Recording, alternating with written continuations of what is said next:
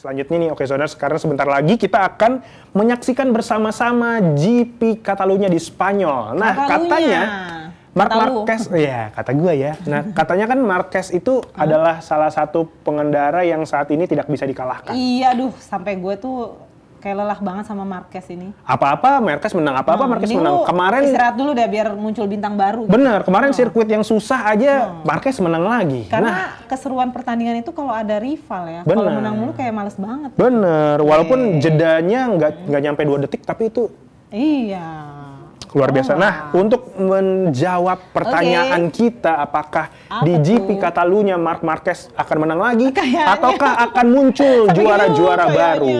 Kita langsung terhubung dengan Bung Henry Wibowo. Selamat pagi, Bung Henry. Sudah bergabung. Selamat pagi, Bung Henry. Bisa mendengar suara kami, Bung Henry? Halo, Bung Henry. Aman, Mas. Nah, ini dia. Mantap. Mas, ini kita sama-sama tahu ya bahwa Marc Marquez ini adalah the new alien. Emang dari dulu dibilang baby alien dan sampai sekarang belum terkalahkan. Nah, ini untuk pertandingan di Catalunya ini apakah tetap menjadi menarik, Mas? Kalau misalkan ya Marquez lagi yang menang, Marquez lagi yang menang. Artinya kan menarik kalau ada yang menang selain Marquez gitu. Gimana tuh, Mas? Iya, Marc Marquez menuju MotoGP Catalunya ini memang dengan pencapaian yang sangat luar biasa ya. Ini dia berarti total sudah 7 seri beruntun dia selalu sapu bersih kemenangan di sprint race dan juga main race. Tapi kalau kita melihat secara garis besar persaingan lah ya, saat ini Marc Marquez sudah unggul sangat jauh, sekitar 170 poin dari posisi kedua Alex Marquez. Dan yang jadi masalahnya juga adalah sang adiknya ini juga sejak MotoGP Jerman belum pernah lagi merasakan podium ya. Ini artinya memang ada ketidakkonsistenan dari lawan atau rival terdekat dari Marc Marquez. Tapi kalau kita lihat lagi sebenarnya di beberapa seri terakhir, sudah mulai ada beberapa pembalap yang bisa fighting dengan Marc Marquez di baris depan ya. Meskipun saat ini posisinya tidak ada di papan atas klasemen. Contoh seperti Marco Bezzecchi yang mungkin di beberapa seri terakhir pun dengan motor Aprilia-nya sangat luar biasa ya. Dan sudah mulai konsisten ada di podium. Lalu juga ada nama Pedro Acosta dari KTM. Sama-sama kita tahu di awal musim KTM ini sempat ada isu bahwa, bukan isu lagi ya, memang benar mereka krisis keuangan gitu ya, sehingga memang memulai MotoGP musim ini dengan buruk. Tapi di beberapa seri terakhir ini sudah mulai ada investasi baru di KTM, sehingga tampaknya dengan kucuran dana yang besar ini kebangkitan di MotoGP-nya mulai terlihat ya, dan ini terlihat di prestasinya Pedro Acosta juga. Bagaimana di beberapa seri terakhir pun Pedro Acosta sudah mulai bisa bersaing juga di baris depan, dan harapannya memang di MotoGP Catalunya Marc Marquez tetap favorit utama, tapi lawan-lawannya sudah mulai mendekat nih, ada Marco Bezzecchi, ada Pedro Acosta, dan tentunya juga kita berharap Alex Marquez dan juga Pecco Bagnaia yang sama-sama mengendari motor Ducati bisa bisa lagi lah mengeluarkan performa maksimal ya di balapan akhir pekan ini ya. Oke, Mas Henry, kalau kita lihat performa tim-tim besar seperti yang tadi disebutkan Ducati, KTM, dan Aprilia musim ini, siapa yang paling berpotensi nih merecoki dominasinya Marquez? Ya, ini KTM dan Aprilia ini sama-sama menarik ya. Kalau kita bicara dari Aprilia dulu, ini ada Marco Bezzecchi, di mana tadi sudah kita bahas ya bahwa Bezzecchi ini bahkan di 2 seri terakhir, di 3 seri terakhir bahkan selalu naik podium ya Bezzecchi. Dan kebetulan kemarin Bezzecchi Aprilia ini semakin kuat karena Jorge Martin juara dunia MotoGP musim lalu pun perlahan tapi pasti sudah mulai beradaptasi dengan motornya, dan bahkan kemarin di seri terakhir di MotoGP Hungaria Jorge Martin ini bisa finish keempat, itu merupakan finish terbaiknya bersama Aprilia musim ini. Dan semoga lah ya kombinasi dari Bezzecchi yang semakin kompetitif, semakin konsisten, dan juga Jorge Martin yang kita sama-sama kita tahu lah ya juara dunia musim lalu, tapi di awal musim ini bersama Aprilia tidak mulus, sempat cedera panjang, dan memang absennya juga bukan hanya 1-2 seri, sangat panjang absennya, sehingga memang butuh waktu untuk bisa kembali ke persaingan baris depan ya. Dan untuk Pedro Acosta juga, ini juga pembalap yang sama-sama kita tahu lah ya, di musim rookie-nya tahun lalu itu sangat luar biasa ya, dan bahkan sempat digadang-gadang juga nih pembalap masa depan MotoGP lah, bisa menjadi juara dunia. Tapi memang awal musim ini langkahnya sempat terganggu lah ya oleh masalah keuangan, dan bahkan sempat ada isu bahwa Pedro Acosta ini akan pindah ke tim VR46 dari yang milik Valentino Rossi, dan bahkan ada beberapa tim juga yang sempat sedikit tanda kutip menggoda-goda Pedro Acosta lah ya. Tapi sekarang KTM sudah kembali di 3 seri terakhir. Pedro Acosta ini 2 kali naik podium, posisi 3 di Ceko dan juga posisi 2 di Hungaria. Dan ya, kalau kita bicara siapa yang lebih berpotensi untuk bisa mengalahkan Marc Marquez, Bezzecchi dan juga Acosta ini sama-sama lah memiliki level yang sama untuk bisa menandingi Marc Marquez ya. Baik, Bung, saya menarik ngomongin tentang teknik, karena ini ada beberapa pebalap yang memang sudah berpindah merek kendaraan motor dan secara tidak langsung harus merasakan lagi, harus kawin lagi dengan kendaraannya. Sementara di sisi lain di Ducati pun hanya Marc Marquez yang belakangan terlihat sangat secara prestasi sangat naik. Sementara ada 2 pebalap lain di Ducati yang prestasinya tidak secemerlang Marc Marquez. Sebenarnya memang masing-masing motor, entah itu masing-masing merek berbeda-beda settingannya ataupun sama merek, sama-sama Ducati, memang ada preferensi yang berbeda kah Mas antara pebalap A, pebalap B, pebalap C dengan merek motor yang sama? Apakah ada settingan khusus antara masing-masing motor walaupun mereknya sama? Iya, kalau kita bicara settingan motor ya, kita bicara dari Ducati dulu lah ya.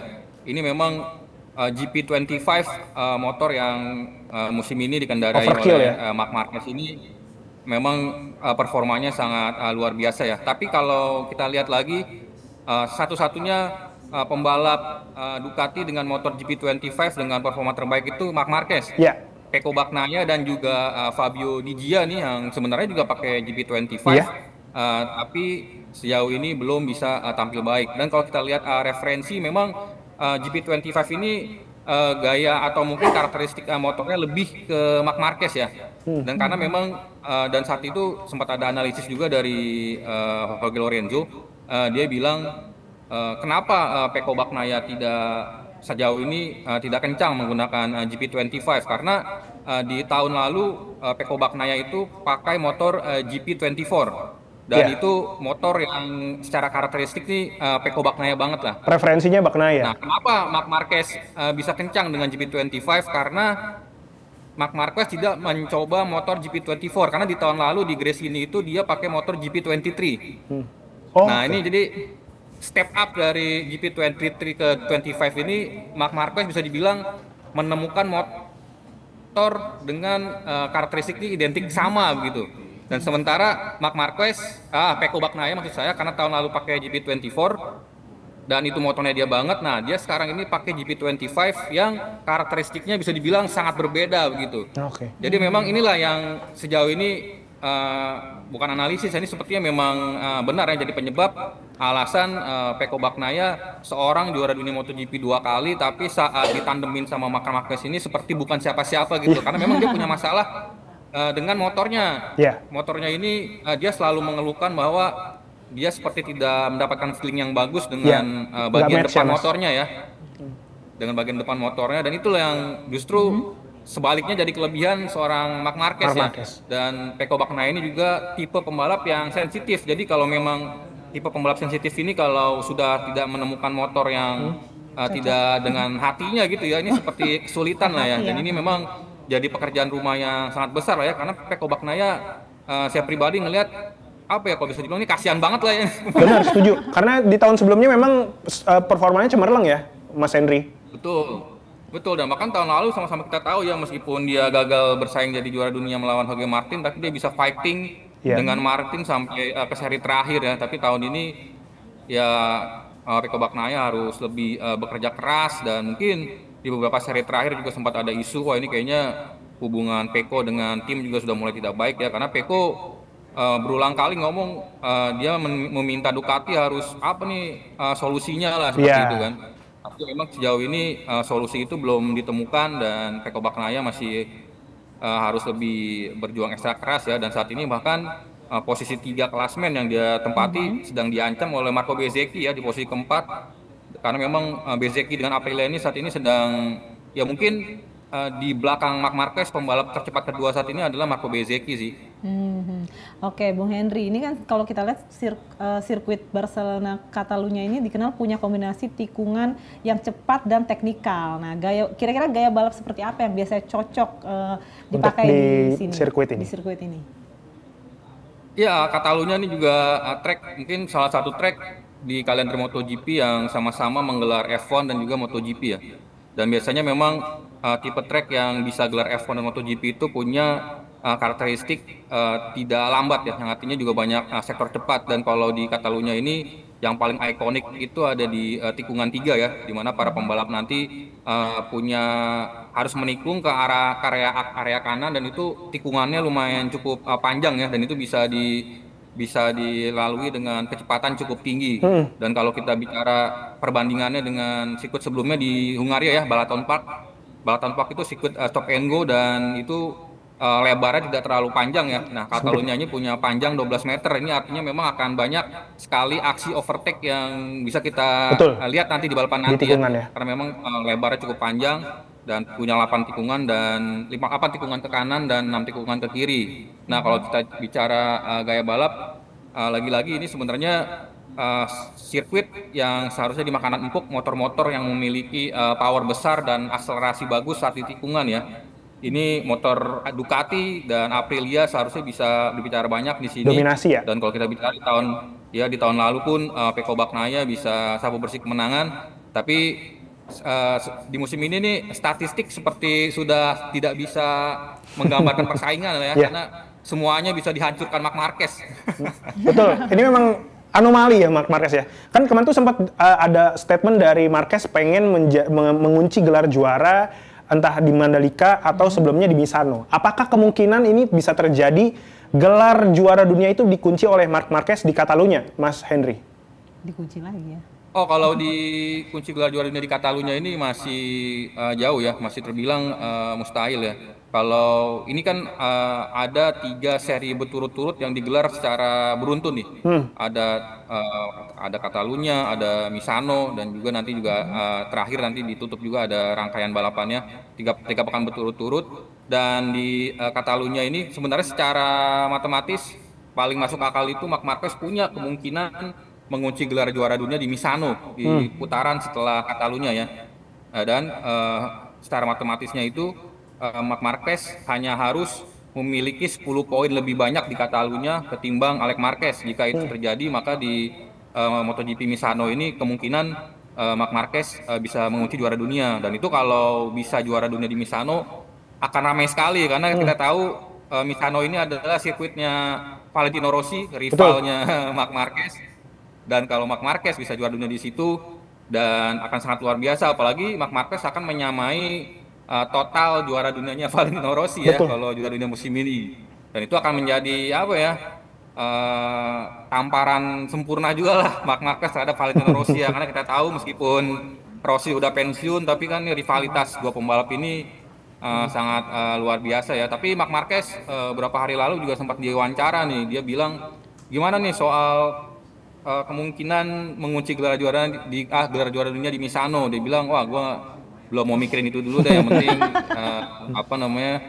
seri by seri aja, fokus. Dan yang pasti sih dia bilang saat ini nih dia mengibaratkan dirinya sedang lagi mimpi indah, dan dia nggak mau terbangun dari mimpi indah itu, karena memang nih, dan bahkan bisa dibilang dari 2013 sampai dengan 2025 ya, Marc Marquez bersaing jadi naik kelas di MotoGP. Mungkin musim ini adalah musim di mana Marc Marquez ini tampil sangat dominan sekali. Karirnya sangat melonjak di musim ini ya, Mas? Kayak ada saingan lagi. Betul. Ya, di Honda mungkin kita tahu pernah lah dia cukup sering menang juga, tapi memang saat itu kan motor Honda bukan motor tercepat ya. Nah, saat ini kita sedang melihat kombinasi pembalap terbaik di atas motor yang sangat kencang. Jadi memang ini bisa dibilang hampir mustahil lah untuk mengalahkan Marc Marquez di musim ini. Oke, menurut Mas Henry nih, siapa pembalap yang paling on fire jelang GP Catalunya kali ini selain Marquez tentunya?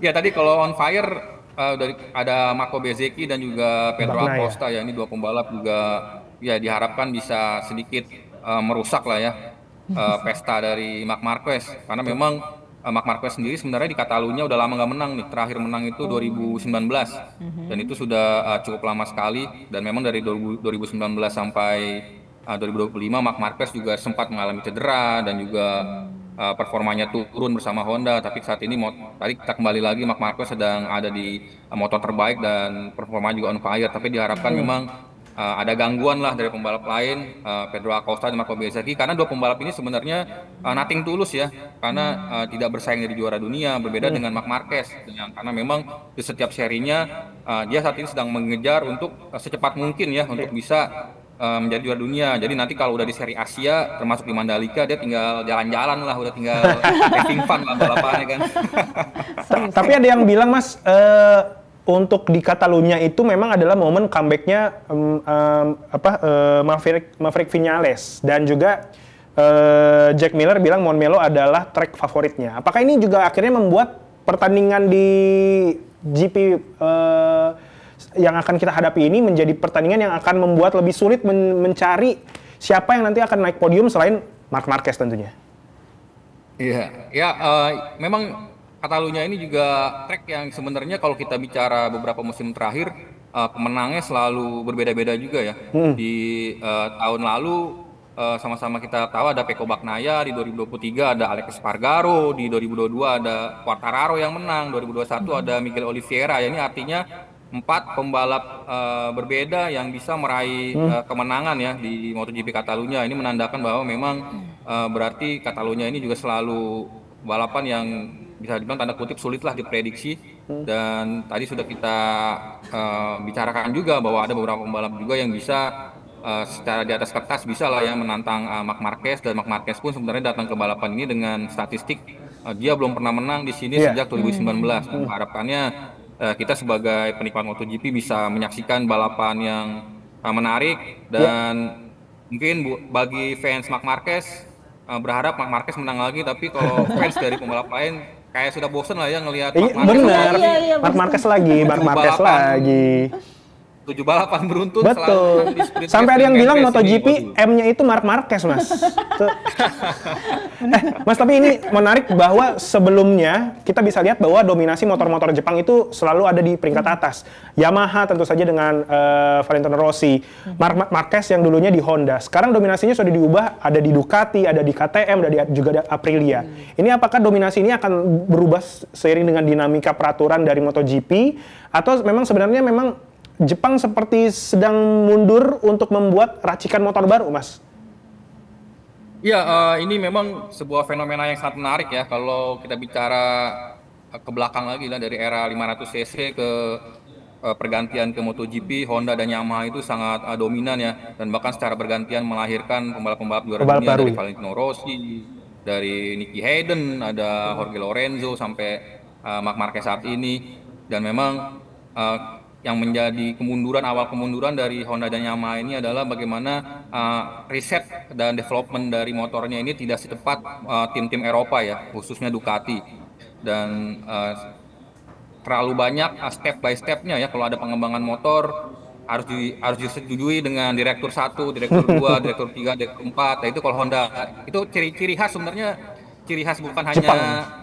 Honda dan Yamaha ya, semua kayak merek-merek Jepang tuh memang inovasi-inovasinya memang kurang gitu ya. Iya. Risetnya terlalu panjang gitu, dan ini terjadi juga di MotoGP. Dan kalau di Ducati, kalau kita bicara Ducati ini memang, dan bahkan beberapa teknologi kita lihat khususnya di area-area ini ya, downforce itu, dan juga kayak winglet sama-sama kita tahu di belakang Ducati itu semua memang dilahirkan oleh Ducati ya. Teknologinya ini sangat luar biasa sekali, dan bahkan teknologi STAR juga yang red height device itu juga pertama kali lahirkannya oleh Gigi Dall'Igna, yaitu direkturnya Ducati. Dan kalau kita bicara, mungkin saat ini pertanyaannya adalah sampai kapan nih dominasi Ducati ini akan bertahan ya? Betul. Dan ada perubahan regulasi radikal di MotoGP di tahun 2027, dan di situ CC ya Mas, salah satunya ya. Iya betul, ini akan mengubah lah diharapkan peta persaingan. Dan saat ini juga tentunya Honda dan Yamaha juga sedang meriset motornya untuk tahun 2027, dan bahkan sebenarnya juga Yamaha saat ini sedang mengembangkan mesin V4-nya ya. Ini memang sebenarnya agak terlambat juga karena sudah mau berubah regulasinya. Sejak lama, tapi Yamaha baru merisetnya dan nanti di MotoGP Misano akan debut, yaitu pembalap pengujinya Raul Fernandez akan menggunakan Augusto Fernandez maksud saya akan menggunakan mesin V4-nya Yamaha di balapan tersebut. Tapi sebenarnya Quartararo udah memberikan sinyal, dia bilang gue nggak pengaruh nih mesinnya mau V4 mau inline, yang penting Yamaha bisa kompetitif lagi ya. Tapi sebenarnya di musim ini Honda dan Yamaha sudah cukup improve ya. Bagaimana Fabio Quartararo pun di tahun ini sudah berulang kali meraih pole position ya. Bahkan sudah sempat 3 seri berturut-turut dia meraih pole position dari Spanyol, Prancis dan juga MotoGP Inggris saat itu ya. Tapi memang performa motor Yamaha saat kualifikasi belum ditularkan ya kompetitifnya di main race, sehingga memang saat main race yang lapnya panjang ini Quartararo belum kompetitif. Dan Honda pun sebenarnya beberapa seri terakhir juga sudah mulai baik ya.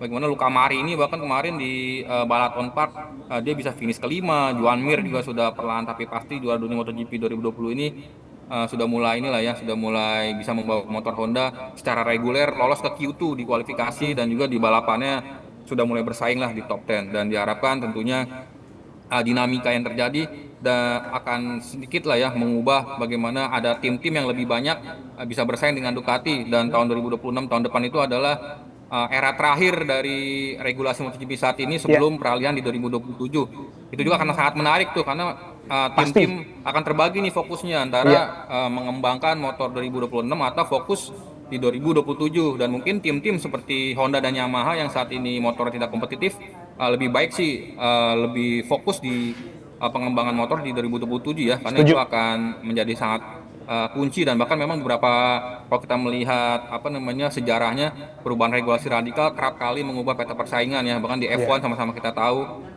saat ada perubahan regulasi Mercedes tiba-tiba ada di depan, lalu juga ada Red Bull yang bergantian, dan saat ini bahkan McLaren ya yang ada di depan. Dan semoga peta persaingan seperti itu bisa terjadi diikuti di MotoGP. Karena ini dominasi Ducati sudah mulai sangat sulit ya Mas digoyang ya. Sangat sulit dan sangat mengganggu para fans MotoGP. Mas Henry. Dan bahkan motor ini musim ini jumlah motornya udah berkurang loh, dari 8 ke 6, tapi semuanya masih kencang semua, nggak pengaruh. Memang dominasi Ducati. Mas Henry, ini kan kita tahu Marc Marquez punya sejarah manis di Catalunya, tapi bagaimana dengan pembalap-pembalap Spanyol sendiri nih? Apa mereka punya kans juga untuk menang di kandang sendiri nih? Atau emang udahlah gitu kan? Mau ini kandang sendiri udah dimenangin aja lah sama Marquez. Udahlah gitu kan, semua kandang punya Marquez. Ya, ini home race-nya pembalap-pembalap Spanyol ya, ada Alex Marquez, ada Pedro Acosta, ada Fermin Aldeguer, ada Raul Fernandez, ada Vinales dan juga Joan Mir ya. Dan mungkin kalau kita bicara dari nama-nama ini yang diharapkan bisa membuat kejutan, mungkin Maverick Vinales ya. Vinales ini sebenarnya sebelum Pedro Acosta bisa kencang bersama KTM di beberapa seri terakhir, Maverick Vinales ini pembalap nomor satunya KTM ya. Dan bahkan dia di seri Qatar itu dia sempat podium ya. Tapi sayangnya podiumnya harus dianulir karena dia melanggar tekanan ban saat itu. Dan sayangnya memang step Maverick Vinales harus terhenti saat di MotoGP Jerman dia mengalami crash ya. Dan dia harus operasi, dan saat ini dia berarti sudah absen 4 seri balapan. Dan absen 4 seri balapan itu jumlah yang sangat banyak untuk pembalap. Bahkan satu seri saja absen, dia harus mengejar ketinggalan itu sangat jauh sekali ya. Dan diharapkan mungkin di MotoGP Catalunya ini Maverick Vinales ya meskipun sulit lah ya untuk bisa bersaing meraih penampilan, tapi setidaknya bisa bangkit lagi lah ya. Karena memang dia punya potensi yang sangat luar biasa bersama motor KTM, dan KTM pun motornya juga sudah mulai membaik ya sejak ada penambahan dana lah ya di perusahaan asal Austria tersebut.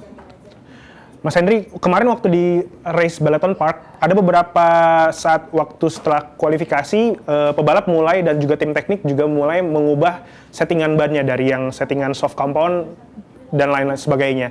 Tapi memang ketika race terjadi, kecelakaan juga tidak bisa dihindarkan, terutama Balaton Park yang memang sirkuitnya sama-sama kita bisa saksikan sendiri bahwa itu sirkuit yang susah dan sirkuit yang tidak mudah, tapi lagi-lagi Marc Marquez menang. Nah, ketika untuk pertandingan seperti di Catalunya, sebenarnya secara teknik apa saja sih Mas yang berbeda dengan Balaton? Apakah memang ini seperti race biasanya saja, sesuai dengan prediksi tim, harus menggunakan soft compound, hard compound, dan lain-lain? Atau sebenarnya Catalunya ini sebenarnya juga di satu sisi selain karena sirkuitnya lebar-lebar, karena untuk mengejar dari samping, sebenarnya ada ban khusus atau teknik khusus yang akan digunakan oleh masing-masing tim dan juga masing-masing pengendara. Ya, kalau kita bandingkan dengan Balaton Park itu ya, kemarin sama-sama mungkin kalau yang nonton balapannya, bahkan sebelum balapan itu ada insiden motor Pedro Acosta itu yang terlempar terlempar dan hampir menghajar ini ya, kameramen MotoGP sendiri saat itu yang sedang bertugas ya, dan untungnya tidak terjadi apa-apa. Dan mungkin aspek keselamatan dari Balaton Park sempat juga dipertanyakan ya, bagaimana area run-off-nya itu terlalu area run-off-nya yang pembalap antara track dan juga area kerikilnya itu ya tidak terlalu lebar ya. Sempit ya. Dan kalau kita bandingkan dengan Catalunya ini standarnya memang sudah sangat bagus ya, dan bahkan tadi sudah sempat saya bilang juga ini salah satu track yang bisa menggelar F1 dan juga menggelar MotoGP, dan artinya memang ini bisa mendapatkan grade A dari FIM dan grade A FIA itu berarti ini memang sirkuit yang sangat bagus ya, karena tidak banyak sirkuit yang bisa punya grade A dari FIM dan juga FIA, dan Catalunya memiliki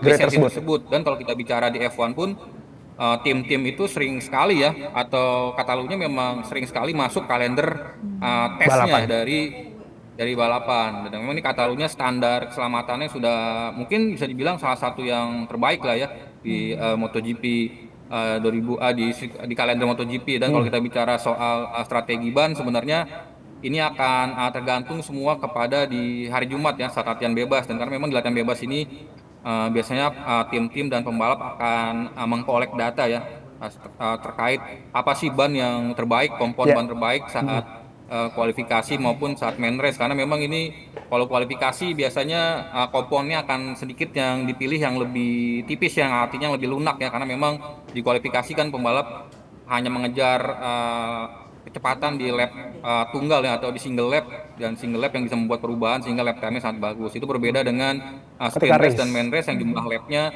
lebih banyak ya, yang artinya memang ban dengan kompon yang lebih tebal seperti medium atau hard yang akan dipilih oleh para pembalap. Dan kalau bicara sirkuit Catalunya ini juga memiliki lebar yang sangat panjang, ini juga artinya area overtake-nya sangat luar biasa. Dan beberapa spotnya mungkin yang bisa dimanfaatkan pembalap ada di area tikungan 14 itu menuju tikungan 1 ya, ini area menuju garis finish dan start, itu areanya sangat panjang sekali ya, bagaimana pembalap nanti akan sekitar sering overtake di situ ya Mas biasanya. Iya betul, 1 kilometer ya itu panjangnya, dan itu akan menjadi salah satu juga area untuk overtake lah ya. Selain juga biasanya memang para pembalap juga memanfaatkan tikungan 3 ya, yang tadi sudah kita bahas juga, ini sebenarnya ini tikungan tapi tikungannya panjang ya, dan itu bisa dilalui dengan kecepatan tinggi, dan biasanya itu juga jadi area overtake khususnya saat masuk tikungannya ya, itu akan bisa dimanfaatkan lah untuk melakukan aksi salib ya. Siap. Luar biasa ya. Terakhir Mas Henry, ini menarik prediksi yang akan berada di podium 3 nama. Catalunya siapa saja? Selain 3 ya? Ya mungkin Marquez nggak usah disebut. Iya. 2 lagi yang akan ada di podium. Ya, harapannya ada pembalap yang bisa mengakhiri ya tren sapu bersihnya Marquez itu di seri terakhir ya. Posisi pertama mungkin Marco Bezzecchi. Wow. Posisi keduanya ya diharapkan Pecco Bagnaia juga bisa bangkit di balapan ini, dan posisi ketiganya ya kasihlah Marc Marquez ya. Baik, terima kasih atas rasa empatinya terhadap Marc Marquez ya, Mas Henry. Terima kasih atas ngobrol-ngobrolnya terkait dengan sirkuit Catalunya yang nantinya akan menjadi balapan di akhir pekan ini. Terima kasih, Mas Henry. Selamat kembali beraktivitas. Siap. Selamat pagi. Terima kasih. Pagi.